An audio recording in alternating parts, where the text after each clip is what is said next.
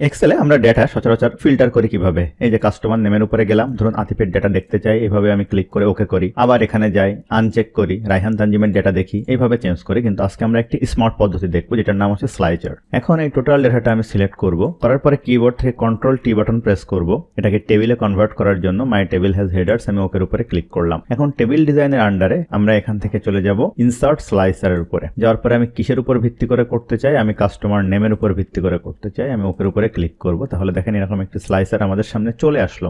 এটা ধরে এখানে রাখি, স্লাইসারের উপরে ক্লিক করে যে কলাম থেকে আমি এটা এখান থেকে 4টা কলাম দিতে পারি বা 5টা কলাম দিলাম।